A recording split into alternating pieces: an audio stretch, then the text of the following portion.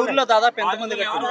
ఊర్లో ఎంతమంది దాదాపుగా 1000 మంది ఇక్కడ 1000 మంది ఉంటారు ఈ ఊర్లోనే 1000 మంది మధు కాడ భీమ్లా కాడ అదేదో మళ్ళా కవిత అంట బాలాజీ మళ్ళా గౌతమ్ మంగ్లీ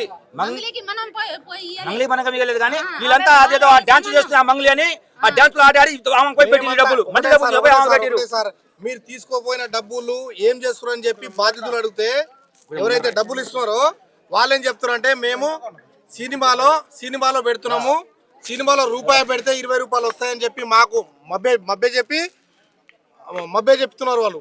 ఎందుకంటే మేము 10 రూపాయలు ఇస్తే మాకు 20 రూపాయలు వస్తాయని చెప్పి మాకు చెప్పడం జరిగింది. కావున సినిమాలలో వాస్తవంగా వస్తున్నాయేమో డబ్బులు అని చెప్పి ఈ గిరిజనులు అంటే తెలివిలేని వాళ్ళు ఊర్లో ఉన్నోళ్ళు నమ్మి వాళ్లకు 10 రూపాయల మిత్తితోటి నమ్మి ఇచ్చినారు తప్ప ఈ సినిమాల గురించి వాళ్ళకి తెలియదు. ఇందులో మందుల పాత్ర 100% ఉందని చెప్పి వాళ్ళు అంటారు. ఇది అంటే ఈ ఊరికి ఇంతకు ముందు వేరే ఊరికి వెళ్ళాం, అక్కడైతే మంగిలి వచ్చింది 2-3 సార్లు. ఇక్కడికే ఉన్న మీ తండకు ఒకసారి మా ఊరికి మంగిలి రాలేదండి. అక్కడ బొద్దిపల్ల తండకు వచ్చింది.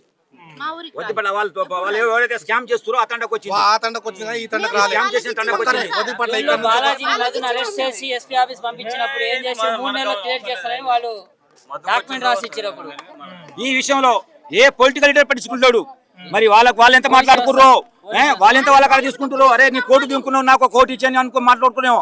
ఇంత జరిగి రోడ్డు మీద ధర్నా చేస్తే కూడా ఒక్క రాజకీయ నాయకుడు వచ్చి మనకి పలికించడం లేదు.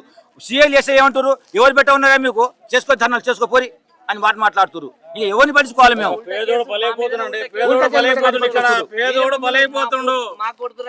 మరి ఇక ఏ ప్రభుత్వాన్ని అడగాలి మేము?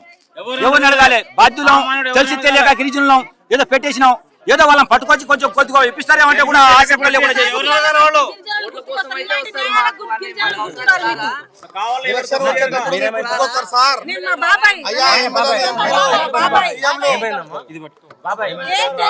చనిపోయిండు. ఈ టెన్షన్ తోనే బాలాజీకి డబ్బులు ఇచ్చి 40 లక్షల దాకా డబ్బులు ఇచ్చి టెన్షన్ తోనే చనిపోయిండు. ఫోన్ చేస్తే ఫోన్ ఎత్తాడు. ఏం న్యాయం చేయాలి? మాకు ఎవరు న్యాయం చేస్తారు ఇప్పుడు? ఆ బాబు చిన్న బాబు నిలబడి వచ్చినాం, మేము రోడ్డు మీద నిలబడి వచ్చినాం. పొద్దు నుంచి మధ్యాహ్నం దాకా, పొద్దున 6 గంటల నుంచి మధ్యాహ్నం 12 దాకా అక్కడే నిలబడి వచ్చినాం. ఎండలో పడుకోబెట్టిన శవాన్ని తీసుకెళ్ళి ఏ పోలీసు రెస్పాన్స్ లేదు.